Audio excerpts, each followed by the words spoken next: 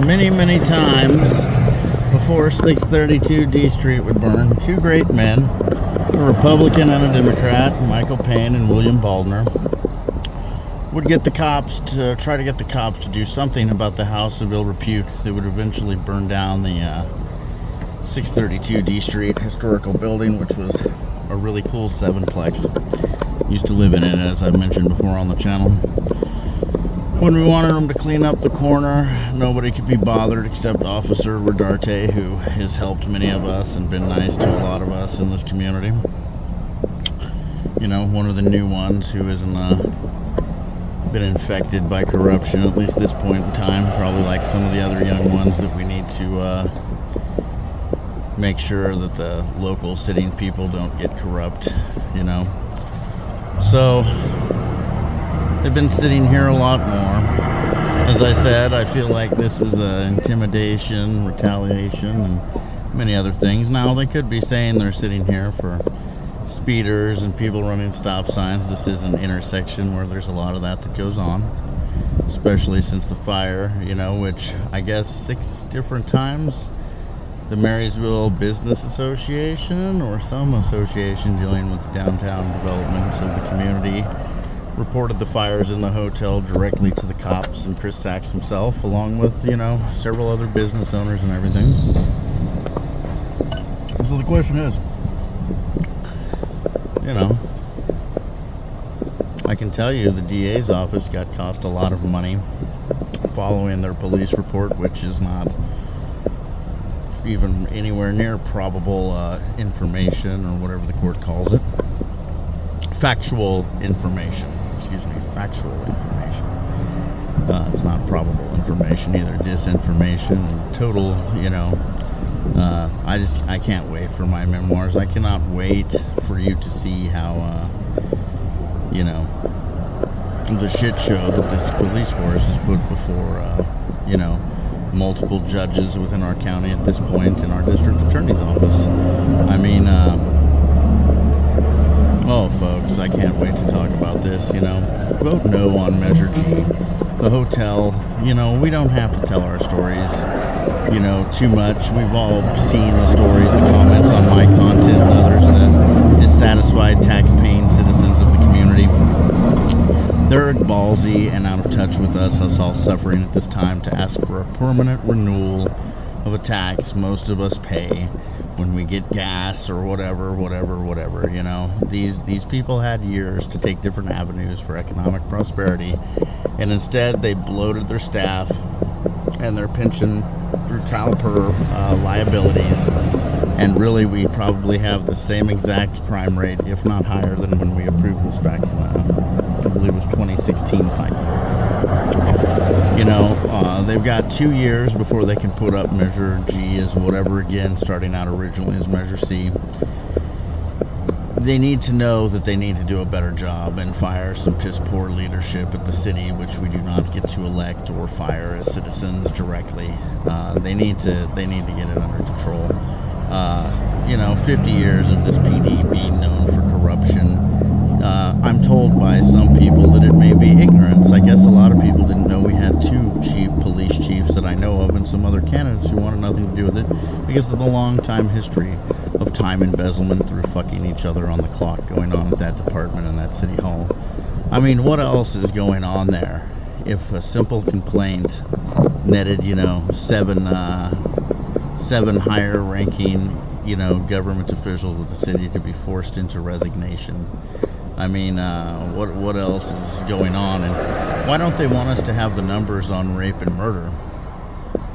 Is it possible, like I suggested on this channel a while ago, that some of these cops with sexual misconduct issues have been wanting to do the raping and killing, and that's why this stuff doesn't seem to matter? They would rather go after people for ordinance issues?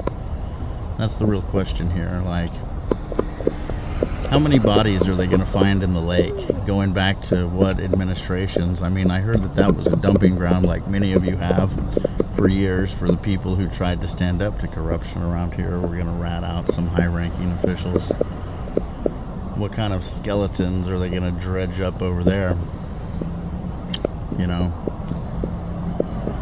how many cops will be tied. I heard Sarah Easton was probably like the 7th murder in like 30 years that people are pretty sure Marysville police officers have gotten away with to some degree, at least so far. You know, there's still hope that Aaron will be brought up on charges of capital murder and any of his accomplices. There's hope that white-collar crimes and the justice system will put Chief Sachs behind bars where he needs to be. You know, I don't know what's going to happen to his tiny penis henchmen. You know, I don't hold anybody just trying to do their job in this shit show. You know, I mean, I have sympathy. I do hold you responsible. I mean, the Nazis were just doing their job, and that didn't really go over well at Nuremberg. But, you know, I worked in government. I know the good hang out with the good, and the bad hang out with the bad. And many of us know how that line works. So that's the real question here. How long are we going to let it go on, ladies and gentlemen? Let's end this, you know. If the... I don't fully believe that some people are just ignorant to how corrupt this police department is. I believe they've actively taken part in the corruption. I believe that especially for Stuart Gilchrist, who probably has told many people, you know, including, from what I understand, at least 4 or 5 people who've come to me about how he used code enforcement and law enforcement to subdue his own political opposition or opposition to the city and the administration therefore in. You know, how many people just don't speak up out of fear? You know, it's time to end this. You know, the city of Marysville should be like a suburb of Sacramento that looks like Midtown. You know, we should have the same sort of atmosphere, the same sort of financial success, but it's being squandered because we have people in there who don't want the status quo to change. They're happy. They're old. They're happy. You look at some of the sitting council and how many of the businesses and homes in this city have their name on it. You know, it doesn't make any sense unless they're basically trying to keep everyone down to make themselves feel more important financially and also power-wise. To only make a few $100s a month as a city councilman and have plenty of ample opportunity to raise your own personal wealth by the equity in your property that you own. I mean, potentially, if they did a really good job and put more than minimal effort in, they could probably fucking make more money than the county supervisor, which I think with benefits and pay is something like $130 to $150K a year. You know, roughly I think 90,000 of that's in cash. The rest I think are benefits. In any case, you know, well, we'll see how long they stay here.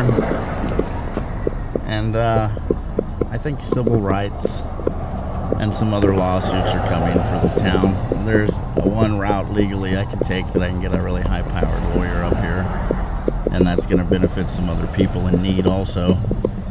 But I feel like this has to be an example of what should never happen and what happens to corrupt people within our government if they do it. They should be behind bars. They should at least lose their jobs.